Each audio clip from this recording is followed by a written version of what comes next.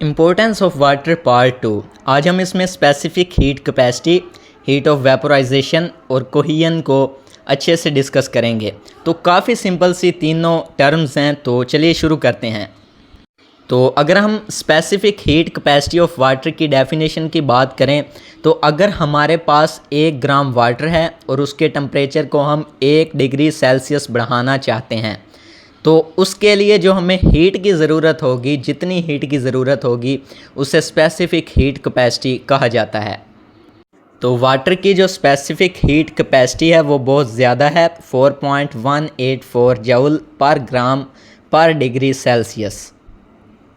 It means अगर हमारे पास 1 gram water है तो उसका टेम्परेचर हम 1 डिग्री सेल्सियस बढ़ाना चाहते हैं, तो हीट एनर्जी जो हमें देना पड़ेगी वो होगी 4.184 जूल, जो कि लार्ज अमाउंट ऑफ हीट है। तो वाटर के रिलेटेड काफ़ी इम्पोर्टेंट इन्फॉर्मेशन है। जो पानी है वो जज़्ब करता है और रिलीज़ करता है लार्ज अमाउंट ऑफ हीट, मतलब बहुत सारी हीट को या तो जज़्ब कर लेता है या उसे रिलीज़ कर देता है, लेकिन इसके टेम्परेचर में जो है वो बहुत ही कम चेंज आता है। ज़्यादातर जो जज़ब की हुई हीट होती है वो हाइड्रोजन बॉन्ड्स को ब्रेक करने में यूज़ हो जाती है, इसलिए पानी जो है वो बहुत देर से गर्म होता है और ठंडा भी बहुत ही स्लोली होता है। ज़िंदा जानदारों के अंदर जो पानी होता है वो उनके लिए और इन्वायरमेंट के लिए टेम्परेचर स्टेबलाइज़र होता है अपनी इसी क्वालिटी की वजह से। अगर हम इसकी बायोलॉजिकल इम्पोर्टेंस की बात करें तो ज़िंदा जानदारों के अंदर स्टेबल बॉडी टेम्परेचर रखने में, मतलब एक ही जगह पर कायम रखने में टेम्परेचर को ये मदद देता है, और एक्वेटिक हैबिटेट्स जो ज़िंदा जानदार पानी में रहते हैं उन्हें भी स्टेबल गर्मियों और सर्दियों में रहने में मदद देता है। नेक्स्ट अगर हम हीट ऑफ वेपोराइजेशन की बात करें तो एक लिक्विड को गैस में कन्वर्ट करने के लिए जितनी हीट की ज़रूरत होती है उसे हीट ऑफ वेपोराइजेशन कहा जाता है। पानी की हीट ऑफ वेपोराइजेशन बहुत ज़्यादा है, 574 किलो कैलोरीज पर किलोग्राम। मतलब अगर हम 1 किलो पानी को वेपर्स में बदलना चाहते हैं तो उसके लिए जो हीट की ज़रूरत होगी वो बहुत ही ज़्यादा 574 किलो कैलोरीज पर किलोग्राम, मतलब 5,74,000 कैलोरीज हमें देना होंगी, फिर 1 किलो वाटर वेपर्स में मतलब गैस में जाके बदलेगा। वेपोराइजेशन के दौरान पानी जो है अपनी सराउंडिंग से हीट को जज़ब करता है।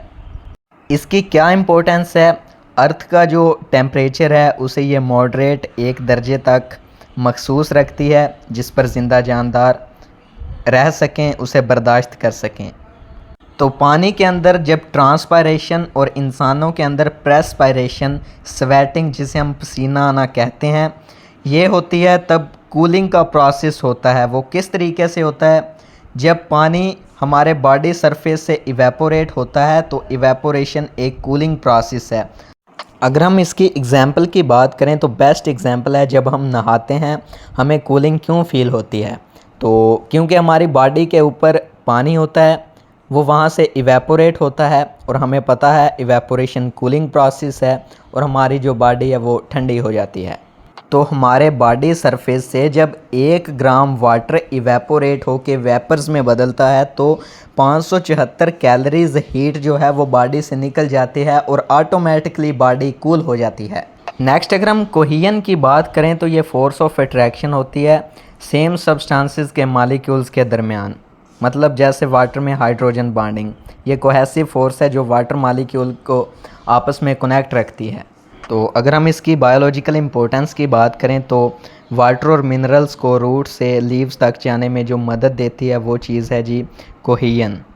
तो बेसिकली ये होता कैसे है? जब लीव्स, पत्ते होते हैं, वहाँ से इवेपोरेशन होती है तो पीछे एक पुलिंग फोर्स, धकेलने वाली फोर्स बन जाती है, जो कि जाइलम की जो ट्यूब होती है वहाँ से पानी और जो मिनरल्स हैं वो ऊपर की तरफ जाते हैं ग्रेविटी के अगेंस्ट, और जो पानी है वो रूट से लीव्स तक पहुंच जाता है इसी कोहियन की वजह से। कोहियन की वजह से पानी के अंदर एक हाई सरफेस टेंशन बन जाती है, तो वाटर इस तरीके से बिहेव करता है जैसे इनविजिबल फिल्म से ये कवर किया हुआ हो, मतलब जब इंसेक्ट जैसा कि वाटर स्ट्राइडर्स होते हैं वो जब पानी के ऊपर चलते हैं तो सरफेस टूटता नहीं, इसे सरफेस टेंशन कहा जाता है। नेक्स्ट अगर हम आयोनाइजेशन ऑफ वाटर की बात करें तो आयोनाइजेशन ऑफ वाटर मॉलिक्यूल की ब्रेकडाउन है जिसमें H पॉजिटिव और OH नेगेटिव आयंस अलग हो जाते हैं। अगर हम इम्पोर्टेंट पॉइंट्स की बात करें तो ये जो रिएक्शन है रिवर्सिबल है, मतलब H पॉजिटिव और OH नेगेटिव दोबारा मिलकर पानी बना देते हैं और ये इक्विलिब्रियम में प्रोसेस रहता है, मतलब पानी के मॉलिक्यूल टूटते रहते हैं दोबारा बनते रहते हैं। तो 25 डिग्री सेल्सियस के ऊपर पानी की जो अमाउंट ऑफ आयोनाइजेशन है वो बहुत ही ज़्यादा स्मॉल है, मतलब ये आयंस में कम टूटता है 25 डिग्री सेल्सियस पर।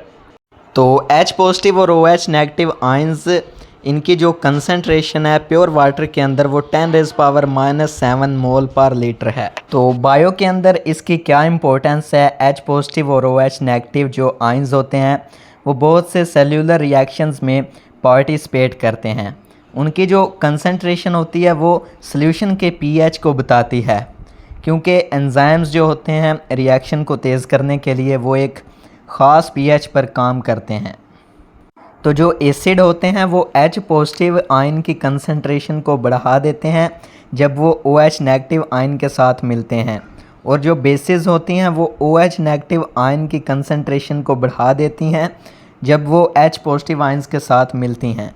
तो maximum density at 4 degree Celsius, मतलब 4 डिग्री सेल्सियस के ऊपर पानी की जो डेंसिटी होती है वो मैक्सिमम होती है। 4 डिग्री सेल्सियस से नीचे वाटर जो है उसकी डेंसिटी कम हो जाती है। 0 डिग्री सेल्सियस के ऊपर पानी बर्फ़ में कन्वर्ट हो जाता है।